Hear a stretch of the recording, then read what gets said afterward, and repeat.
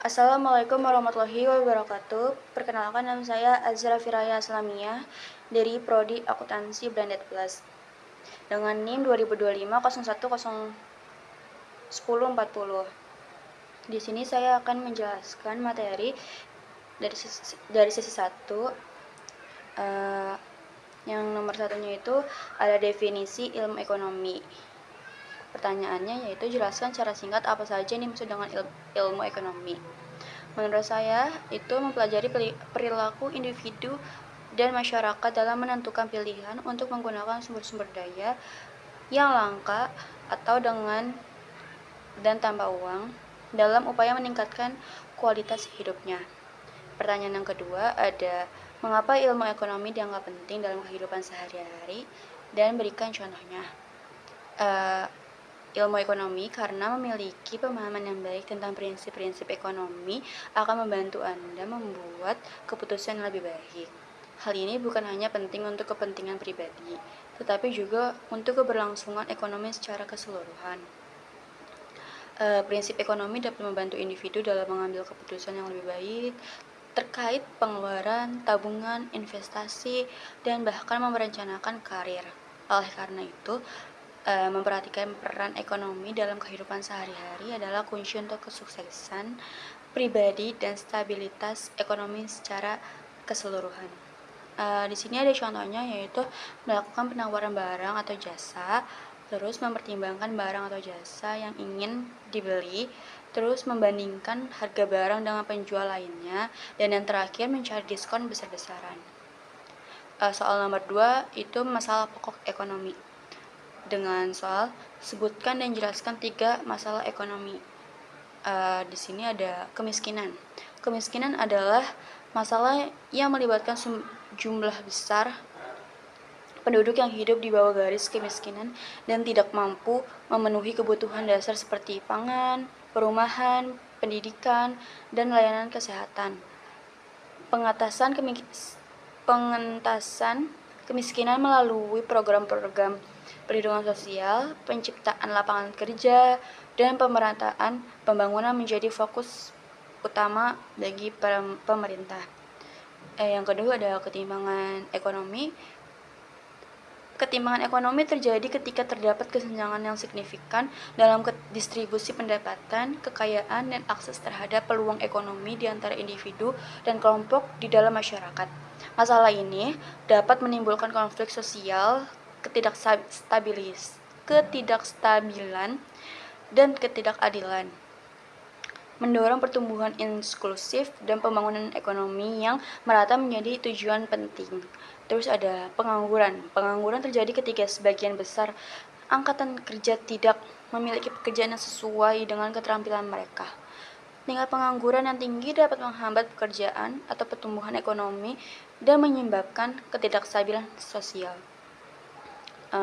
Mendorong penciptaan lapangan kerja, pelatihan keterampilan, dan pengembangan sektor ekonomi yang berpotensi tinggi menjadi langkah penting untuk mengatasi pengangguran. Terus soal yang B, bagaimana ketiga masalah tersebut saling berkaitan dalam pengambilan keputusan ekonomi oleh individu atau negara, yaitu karena keputusan di salah satu negara atau di salah satu area akan mempengaruhi area lain.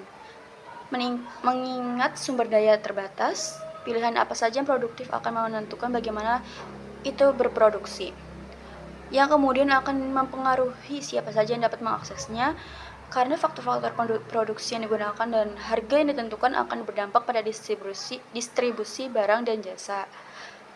Terus yang soal ketiga ada kelangkaan dan pilihan.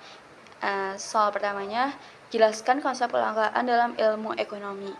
Konsep kelangkaan atau scarcity merupakan dasar sentral dari ilmu ekonomi. Konsep ini membentuk landasan utama dalam pengambilan keputusan ekonomi, pembentukan siaga, alokasi sumber daya, hingga konsepsi penawaran dan permintaan. Terus soal yang kedua, bagaimana kelangkaan mempengaruhi pilihan individu, perusahaan, dan pemerintah? Yaitu dengan memaksa individu, perusahaan, atau pemerintah untuk membuat pilihan mengenai alokasi sumber daya yang terbatas untuk memenuhi kebutuhan dan keinginan yang tak terbatas. Individu memiliki barang dan jasa yang dapat dibeli untuk kepuasan maksimal. Perusahaan memiliki atau memilih cara produk yang efisien untuk memaksimalkan keuntungan, dan pemerintah memilih kebijakan alokasi sumber daya untuk kesejahteraan masyarakat. Soal yang keempat itu ada prinsip-prinsip ekonomi. Soal yang pertamanya, sebutkan dan jelaskan 3 prinsip utama dalam ilmu ekonomi, yaitu yang pertama ada prinsip produksi. Prinsip produksi ini yaitu kegiatan produksi akan menghasilkan sebuah produk, dan selanjutnya produk tersebut menjadi objek pemenuhan terhadap kebutuhan hidup manusia. Lalu, melakukan produksi adalah bagian dari prinsip ekonomi secara umum. Adanya produksi selain untuk memenuhi kebutuhan ekonomi, juga untuk mendapatkan keuntungan yang besar, meningkatkan kesejahteraan, mengurangi pengangguran, dan lainnya. Yang kedua ada prinsip distribusi. Itu ada proses untuk menyalurkan produk kepada pasar agar bisa memenuhi kebutuhan hidup manusia. Ini adalah maksud dari distribusi. Adanya distribusi ini bertujuan untuk memastikan bahwa hasil produksi bisa sampai ke konsumen dengan baik. Terus yang terakhir ada prinsip konsumsi, yaitu prinsip konsumsi adalah upaya untuk menggunakan produk berupa barang atau jasa. Inilah tujuan akhir dari ekonomi tersebut. Soal yang kedua yang B, berikan contoh penerapan masing-masing prinsip dalam kehidupan sehari-hari. Yaitu dari produksi, ada produksi makanan seperti roti, tempe, makanan kemasan. Produksi barang seperti pakaian, sepatu, perhiasan, furnitur, kendaraan, dan peralatan ekonomi. Dan produk jasa yaitu seperti layanan kesehatan, penulisan, pendidikan, dan pembuatan film. Yang B, distribusi, yaitu ada peta persebaran kilang minyak bumi di Indonesia, peta persebaran gunung berapi di Indonesia, dan peta persebaran iklim di Indonesia. Yang terakhir yang C ada konsumsi, yaitu menyusun daftar kebutuhan, memilih barang berkualitas, menawarkan harga, membandingkan harga, membuat prioritas kebutuhan, dan mengandalkan pengeluaran agar tidak melebihi pendapatan untuk mendapatkan kepuasan maksimal dengan pengorbanan sekecil mungkin. Terus yang soal kelima yaitu biaya peluang atau opportunity cost. Soal pertamanya yaitu apa yang dimaksud dengan biaya peluang? Biaya peluang atau opportunity cost adalah biaya yang timbul karena hilangnya kesempatan akibat dari pemenuhan suatu kebutuhan yang lain.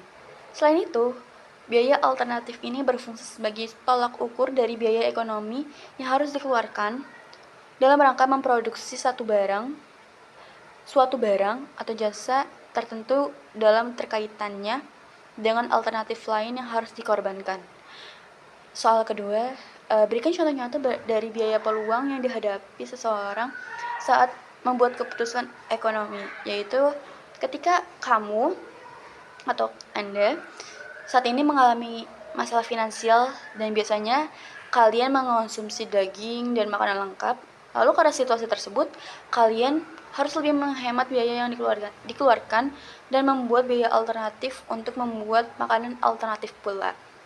Hal ini dilakukan agar kalian tetap bisa hidup atau makan di situasi apapun. Soal yang keenam yaitu keseimbangan pasar. Dengan soal, jelaskan konsep penawaran dan permintaan dalam pasar ekonomi. Permintaan dan penawaran adalah konsep dasar dalam ekonomi mikro yang menggambarkan interaksi antara pembeli dan penjual di pasar. Permintaan adalah jumlah barang atau jasa yang ingin dibeli oleh masyarakat dengan berbagai tingkat harga dan waktu tertentu. Sedangkan penawaran adalah banyaknya barang atau jasa yang ditawarkan penjual pada kondisi pasar, periode, dan tingkat harga tertentu. Yang soal kedua, apa yang terjadi ketika pasar mencapai keseimbangan? Bagaimana perubahan dalam penawaran dan permintaan dapat mempengaruhi harga? Ketika pasar mencapai keseimbangan, beberapa hal terjadi. Keseimbangan pasar terjadi ketika harga suatu produk yang diminta konsumen sama dengan harga yang ditawarkan produsen. Hal ini juga disebut sebagai keseimbangan harga, karena ketika pasar mencapai keseimbangan, harga semua produk cenderung stabil. Ketika permintaan suatu produk meningkat sementara, pasokan tetap sama. Permintaan yang lebih tinggi menyebabkan kekurangan barang yang mendorong harga naik. Hal ini sering terlihat di pasar properti di mana terbatasnya pasokan rumah di kawasan populer menyebabkan kenaikan harga. Sebaliknya, jika pasokan meningkat sementara, permintaan tetap tidak berubah. Pasar mengalami surplus yang dapat menyebabkan harga turun. Skenario ini umum terjadi di pasar teknologi, di mana model gawai lama turun harganya seiring dirilisnya versi baru. Soal yang terakhir yaitu manfaat perdagangan dengan soal mengapa perdagangan antar negara dapat meningkatkan kesejahteraan ekonomi.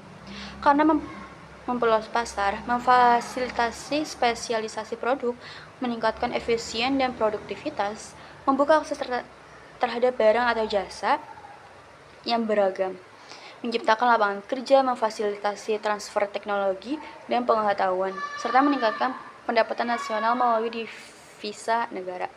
Soal yang kedua, berikan contoh bagaimana suatu negara diuntungkan dengan melakukan perdagangan internasional. Yang pertama, dapat memperoleh barang yang tidak dapat diproduksi oleh negara sendiri. Yang kedua, memperluas keuntungan dari spesialisasi. Terus yang ketiga, memperluas pasar dan menambah keuntungan. Yang keempat, ada transfer teknologi modern. Yang kelima, meningkatkan hubungan persahabatan antar negara. Selanjutnya saya akan membahas diskusi. Di sini nomor 1 ada perbedaan utama antara ekonomi mikro dan ekonomi makro. Diskusikan bagaimana kedua cabang ilmu ekonomi ini saling berkaitan dan berikan contoh bagaimana keputusan individu ekonomi mikro dapat mempengaruhi ekonomi secara keseluruhan ekonomi makro. Jawabannya, ekonomi makro terkait dengan permintaan dan penawaran, terkait dengan pasar, terkait dengan rumah tangga, produsen, dan konsumen. Mereka yang membuat produk dan mereka juga yang menikmati produk. Sedangkan ekonomi makro yaitu terkait dengan pihak ketiga atau government. Mereka yang mempengaruhi kebijakan, ada kebijakan moneter dan fiskal yang mengatur lingkup ekonomi mikro. Makro ekonomi berfokus pada sistem secara keseluruhan. Mikroekonomi berfokus pada interaksi antar aktor individual. Keduanya merupakan subsidang utama dalam ilmu ekonomi yang lebih luas dan menggunakan pendekatan serupa untuk memecahkan masalah yang cukup berbeda. Contohnya, keputusan pembelian individu mikro mempengaruhi pemerintahan agregat yang berdampak pada pertumbuhan PDB nasional atau makro. Sementara kebijakan pemerintah untuk menaikkan suku bunga makro bertujuan untuk mengurangi inflasi yang secara langsung mempengaruhi keputusan individu untuk meminjam atau berinvestasi. Itu mikro. Yang soal kedua, mengapa konsep kelangkaan menjadi pusat dalam studi ekonomi? Jelaskan bagaimana kelangkaan mempengaruhi keputusan ekonomi baik di tingkat individu maupun nasional. Jawabannya, karena kebutuhan manusia tidak terbatas, sementara sumber daya untuk memenuhinya terbatas, yang memaksa manusia untuk membuat pilihan atau alokasi sumber daya secara efisien. Terus kelangkaan mempengaruhi keputusan individu dan nasional dengan mendorong konsumsi, produksi, dan alokasi sumber daya yang pada akhirnya menentukan harga, mendorong inovasi, serta dapat menimbulkan kesenjangan sosial, konflik, hingga ketidakstabilan pasar. Sekian dari saya. Wassalamualaikum warahmatullahi wabarakatuh.